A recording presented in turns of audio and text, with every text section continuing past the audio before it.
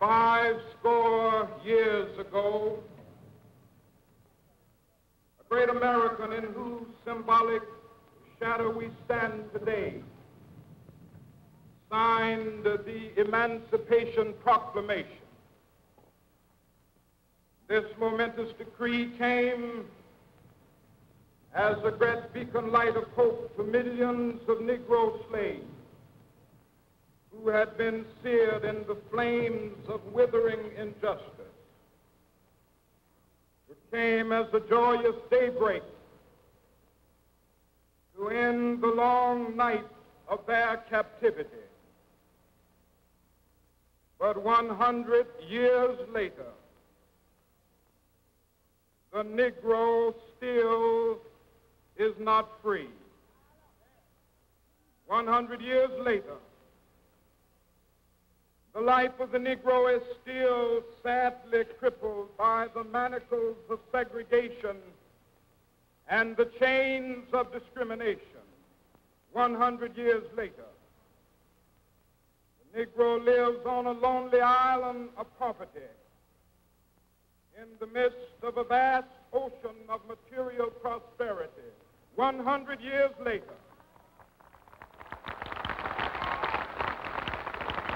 the Negro is still languished in the corners of American society and finds himself in exile in his own land.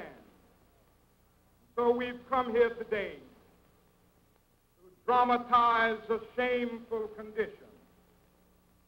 In a sense, we've come to our nation's capital to cash a check. When the architects of our republic wrote the magnificent words of the Constitution and the Declaration of Independence, they were signing a promissory note to which every American was to fall heir. This note was a promise that all men, yes, black men as well as white men, would be guaranteed the unalienable rights of life, liberty, and the pursuit of happiness. It is obvious today that America has defaulted on this promissory note insofar as her citizens of color are concerned. Instead of honoring this sacred obligation, America has given the Negro people a bad check, a check which has come back marked insufficient funds.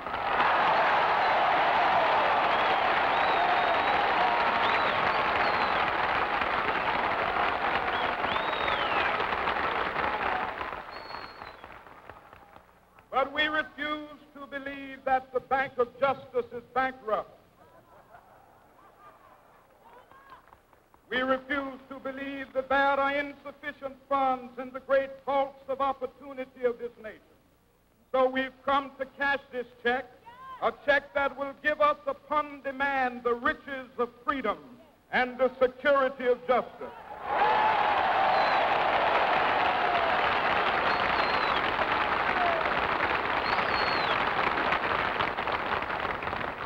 We have also come to this hallowed spot to remind America of the fierce urgency of now. This is no time to engage in the luxury of cooling off or to take the tranquilizing drug of gradualism.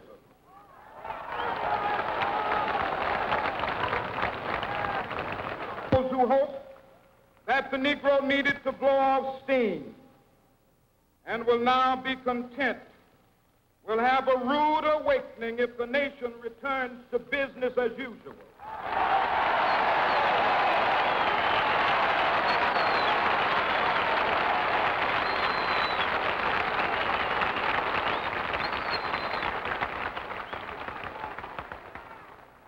There will be neither rest nor tranquility in America until the Negro is granted his citizenship rights. The whirlwinds of revolt will continue to shake the foundations of our nation until the bright day of justice emerges. But that is something that I must say to my people threshold which leads into the palace of justice. In the process of gaining our rightful place, we must not be guilty of wrongful deeds. Let us not seek to satisfy our thirst for freedom by drinking from the cup of bitterness and hatred.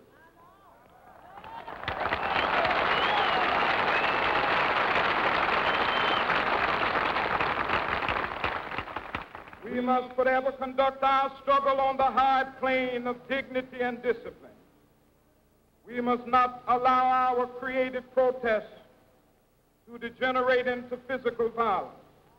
Again and again, we must rise to the majestic heights of meeting physical force with soul force. The marvelous new militancy which has engulfed the Negro community must not lead us to a distrust of all white people. For many of our white brothers, as evidenced by their presence here today, have come to realize that their destiny is tied up with our destiny.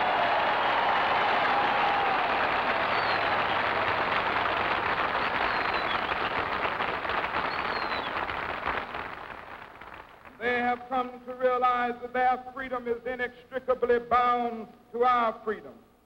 We cannot walk alone. And as we walk, we must make the pledge that we shall always march ahead. We cannot turn back. There are those who are asking the devotees of civil rights, when will you be satisfied? We can never be satisfied as long as the Negro is the victim of the unspeakable horrors of police brutality. We can never be satisfied as long as our bodies, heavy with the fatigue of travel, cannot gain lodging in the motels of the highways and the hotels of the cities.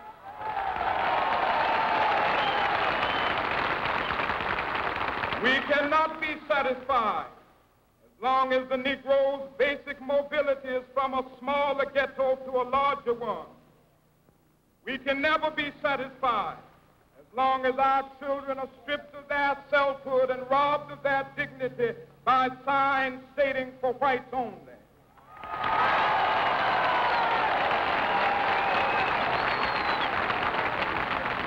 We cannot be satisfied as long as the Negro in Mississippi cannot vote and a Negro in New York believes he has nothing for which to vote.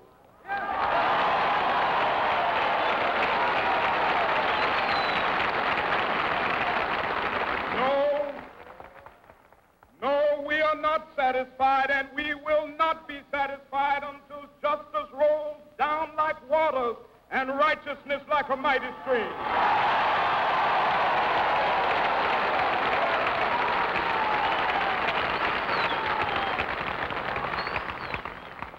So even though we face the difficulties of today and tomorrow, I still have a dream.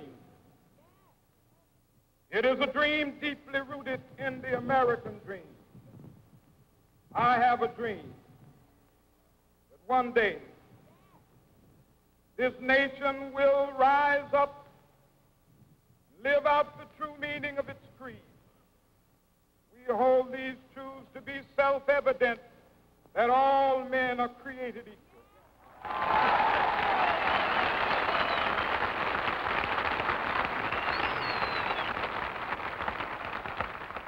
I have a dream that one day on the red hills of Georgia, sons of former slaves and the sons of former slave owners will be able to sit down together at the table of brotherhood. I have a dream that one day, even the state of Mississippi, a state sweltering with the heat of injustice, sweltering with the heat of oppression, be transformed into an oasis of freedom and justice. I have a dream. My 4 little children will one day live in a nation where they will not be judged by the color of their skin, but by the content of their character. I have a dream today.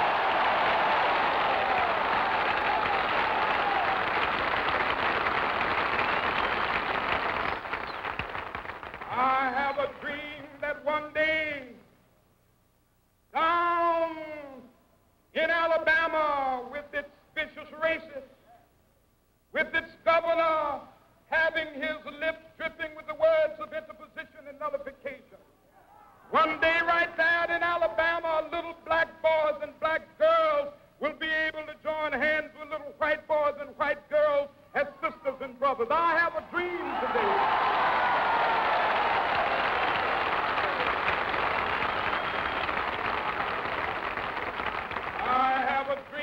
One day every valley shall be exalted.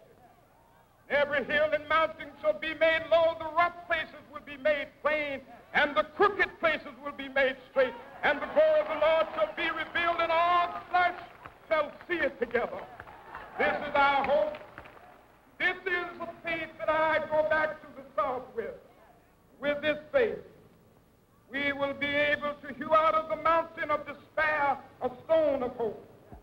With this faith, we will be able to transform the jangling discords of our nation into a beautiful symphony of brotherhood. With this faith, we will be able to work together, to pray together, to struggle together, to go to jail together, to stand up for freedom together, knowing that we will be free one day. This will be the day. This will be the day when all of God's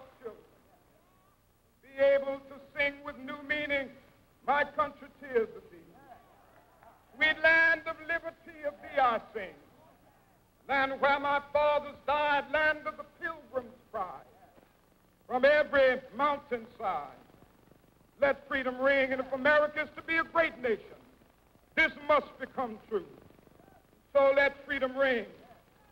From the prodigious hilltops of New Hampshire, let freedom ring. From the mighty mountains of New York, let freedom ring. From the heightening Alleghenies of Pennsylvania, let freedom ring. From the snow-capped Rockies of Colorado, let freedom ring. From the curvaceous slopes of California. But not only that, let freedom ring from Stone Mountain of Georgia. Let freedom ring from Lookout Mountain of Tennessee. Let freedom ring from every hill and molehill of Mississippi, from every mountainside. Let freedom ring, and when they happen, when we allow freedom ring, when we let it ring from every village and every hamlet, from every state and every city, we will be able to speed up that day when all of God's children, black men and white men, Jews and Gentiles, Protestants and Catholics, will be able to join hands and sing in the words of the old Negro spiritual, free at last, thank God Almighty, we are free at last.